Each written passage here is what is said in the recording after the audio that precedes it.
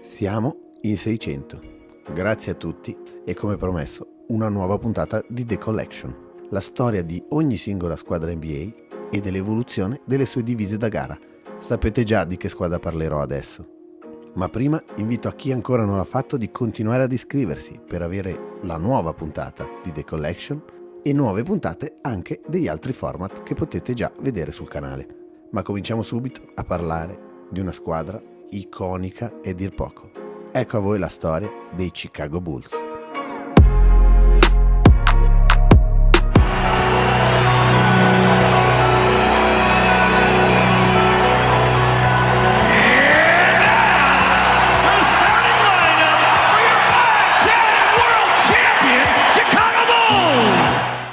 Chicago, una delle città più storiche degli Stati Uniti, la città da dove parte la Route 66 fino alla California, quella del lago che sembra un mare, il Michigan, quella che qualcuno di noi ha conosciuto tramite l'inseguimento dei Blues Brothers da parte di tutta la polizia della città, quella del teatro e del musical, e quella che è anche un'altra cosa che ormai è diventato il luogo di culto per il turismo, una statua di un giocatore di basket. Michael Jordan, con la sua storia, ha reso questa squadra riconoscibile in tutto il pianeta. Ma cominciamo dall'inizio. Siamo nel 1966 ed è la terza volta che viene creata una squadra di basket di questa città.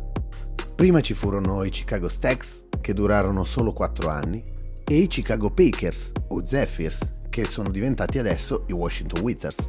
Questa terza squadra, rispetto a quelle di altre città che poi sono entrate a far parte della NBA come abbiamo visto nelle altre puntate, non ha molti dubbi sul nome e sull'immagine che deve avere. Chicago Bulls. Quel toro diventa il logo che non verrà toccato mai e molto probabilmente non verrà toccato nemmeno in futuro. È l'unica squadra in NBA ad avere lo stesso logo dalla sua nascita fino ad oggi. Anche le squadre più recenti hanno avuto i loro cambi d'immagine. Nasce e va subito benissimo, perché per il primo decennio vanno subito ai playoff, senza raggiungere mai l'apice, però rimanendo a livelli sempre altissimi. E la prima immagine riguardo alle divise da gara è molto lineare. Il marchio è Rawlings, che come sappiamo vestiva praticamente tutta la NBA in quel periodo. La maglia da casa bianca e quella da trasferta rossa, entrambe con la scritta Bulls di fronte e il numero centrale. Un piccolo cambiamento a riguardo avviene 3 anni dopo. La maglia da trasferta, al posto di Bulls, ha la scritta Chicago, con delle linee laterali e un design un po' più moderno. Queste saranno le maglie del decennio buono. Poi arrivano gli anni 70. Da sottolineare la presenza di un grande difensore in quegli anni, un certo Jerry Sloan, futuro allenatore degli Utah Jazz, che da questa squadra, come rivale, prenderà solo bocconi amari. Arrivano personaggi come Artis Gilmore, che però durerà poco, prima di andare ai San Antonio Spurs, e a fine di quel decennio ci sarà un declino che porterà i Bulls negli ultimi posti della classifica per diversi anni. In questo periodo, al posto di Rawlings, il fornitore ufficiale diventa Metalist Zenite, che proporrà la prima maglia iconica che conosciamo in tanti, quella fuori casa con la scritta Chicago in corsivo, quella di casa sempre bianca con la scritta Bulls, un po' più inarcata e con il numero più piccolo in basso a destra. Nell'83 ci sarà solo una piccola modifica nella maglia da casa con la scritta un po' più larga, semplicemente. E l'anno successivo queste 2 maglie saranno quelle del Rookie of the Year, di quello che farà letteralmente la storia di quella franchigia. Michael Jordan indosserà queste maglie solo un anno, perché poi, nel 1985, Sam Knight arriverà con una nuova maglia che non verrà mai più cambiata. Sarà quella che rimarrà impressa negli occhi di tutti gli appassionati. Torna la scritta Bulls in entrambe le magliette.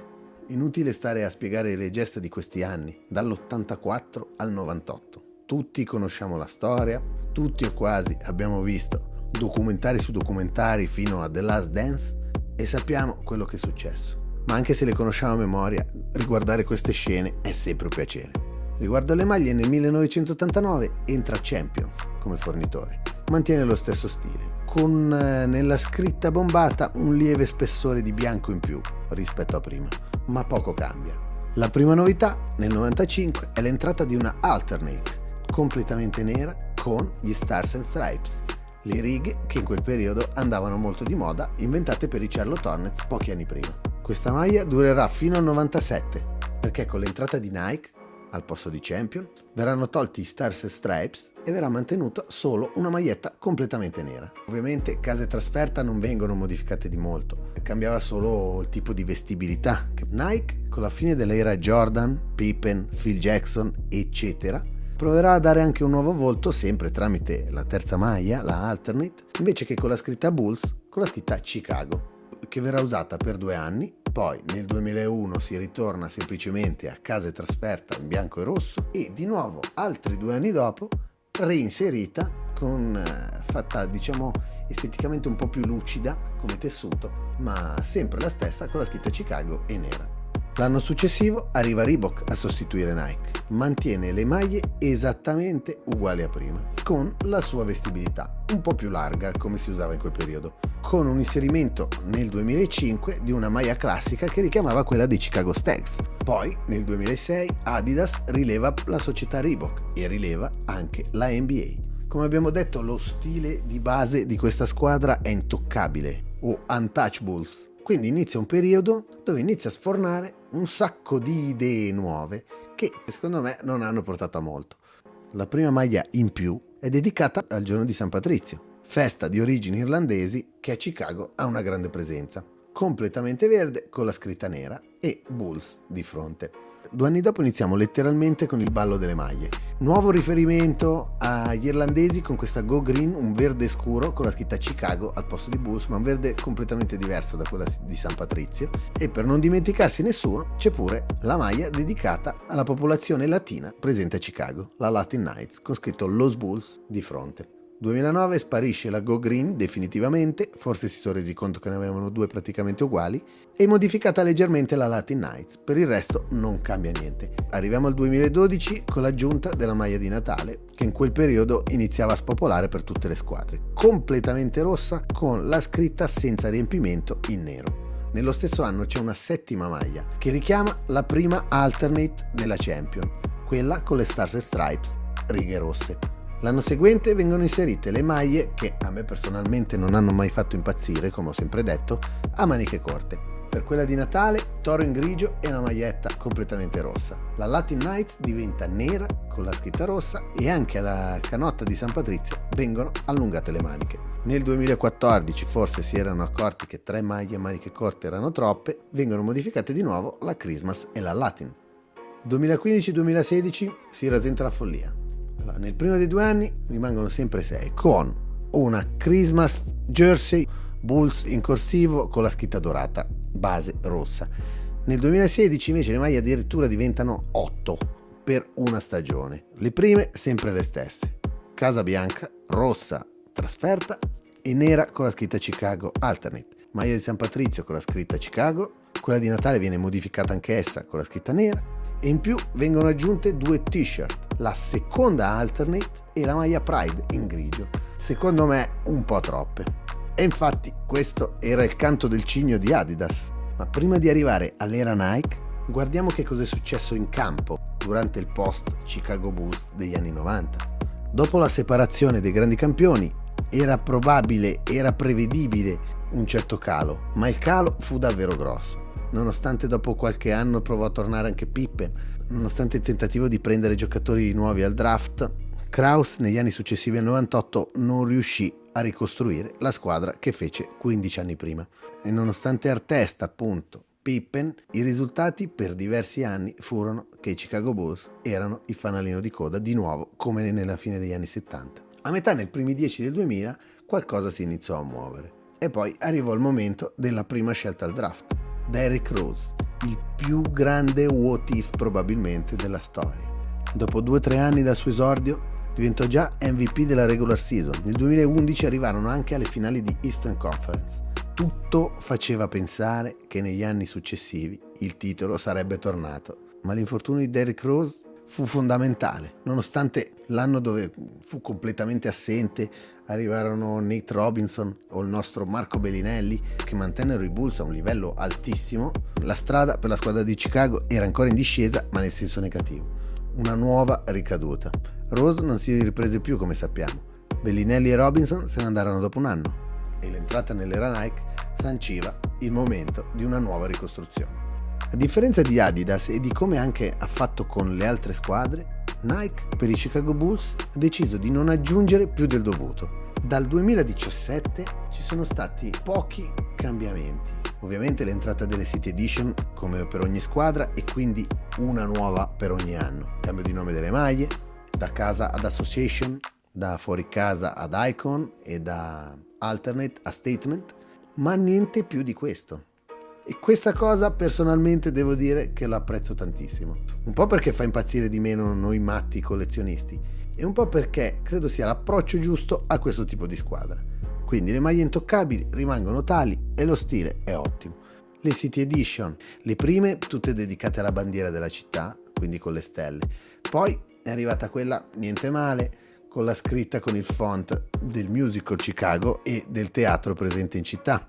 Nel 2019 la Statement ha un piccolo cambiamento con i bordi rossi, mentre prima era completamente nera. Nel 2020, come detto, la City Edition con un bel font e la Statement, che come per tutte le altre squadre, ha il Jumpman al posto del baffo come sponsor in alto a destra.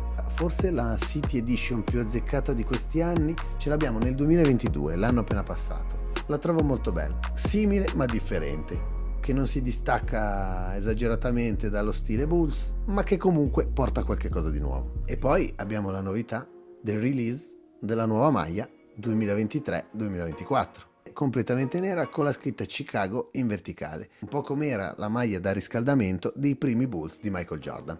Questa è l'evoluzione delle maglie. Adesso sono un paio d'anni che la squadra sta cominciando a rialzare la testa. Zach LaVine, che sembra aver superato i suoi problemi con gli infortuni, Lonzo Ball e soprattutto DeMar DeRozan, che stanno provando a riportare in auge questa squadra che con l'immagine di un toro arrabbiato è entrata nell'immaginario di milioni di sostenitori.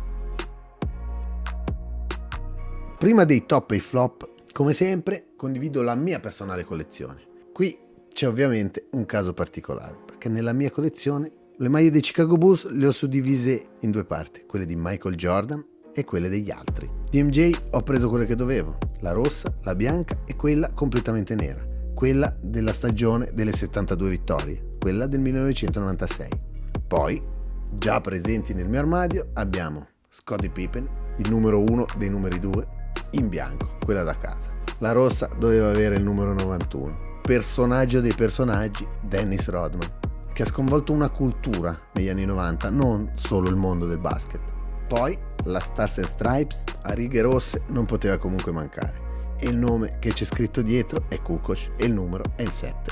Me ne mancano ancora due di questa squadra al momento, la più vecchia e la più nuova, quella di Artis Gilmore degli anni 70, che tutti comunque conosciamo come la prima di MJ, ma di Michael direi che ne ho abbastanza. E poi la prima Alternate con la scritta Chicago in nero e che ho visto indossare ed indossare bene da Derrick Rose. Eccoci ai top e ai flop secondo me. Partiamo dalla terza peggiore, che secondo me è la City Edition del 2019, che prova a richiamare la bandiera della città come tra l'altro secondo tentativo dopo quella bianca dell'anno precedente. Sinceramente sono colori che sui Chicago Bulls non si riescono a vedere bene. Terza invece tra le migliori, ovviamente bisogna andare a ricercare nel periodo dell'Adidas, che ha messo dentro miriadi di maglie in quel periodo, e vado a prendere quella del 2015 durata una sola stagione di Natale, quella diversa dalle altre, con la scritta Bulls in corsivo. Di solito c'è sempre stata la scritta Chicago con quel tipo di font e di colore oro. Per una maglia di Natale che viene usata un giorno solo, devo dire che la trovo azzeccatissima, mi è piaciuta e quindi premio ad Adidas, che poi vedremo non è che ha fatto benissimo per il resto. Infatti l'indecisione tra le peggiori è alta di quel periodo. Metterei al secondo posto quella di San Patrizio con la scritta Chicago davanti, più che altro perché sembra una maglia da giocatore di baseball, cioè da un altro sport. Ecco, ripeto e non smetterò mai di farlo, le maniche corte nella NBA e nel basket in generale non le riesco proprio a vedere. Al secondo posto invece positivo c'è la Stars and Stripes nera con le righe rosse, la prima delle terze maglie dei Chicago Bulls, rifatta negli anni seguenti prima da Adidas e adesso come alternate, però con uno stile completamente diverso. Ed ora i primi posti. La peggiore delle peggiori è la maglia del 2016, una delle 8 maglie di quell'anno, è la maglia Pride dedicata alla città di Chicago, ma che davvero non ci azzecca niente. Colore grigio con questa scritta rossa e poi le maniche corte. Ha tutti gli elementi per non piacere, ha tutti gli elementi per non c'entrare niente e un po' la odio. No, scherzo, però mi dà fastidio un pochino, devo dire la verità. È fastidiosa quella maglia. Quindi, primo posto assoluto. Primo posto che dalla parte delle migliori poteva essere sia rossa che bianca, ma è l'importanza, il ricordo, è quello che ha segnato. Quella maglia rossa con la scritta Bulls e il numero 23 aggiungerei, marchiata Champion, rimane un simbolo indissolubile nella storia di uno sport e probabilmente nella storia di tutti gli sport. Questo era il mio pensiero. Se volete, qua sotto potete dirmi il vostro. Abbiamo visto la storia di una squadra che difficilmente potrà raggiungere lo stesso apice già visto negli anni 90, ma che in tanti si augurano di poter rivedere anche solo in parte. Noi adesso dobbiamo guardare avanti e, aspettando i prossimi 100 iscritti, inizio a preparare la puntata sui Cleveland Cavaliers per avere un'altra storia da collezione.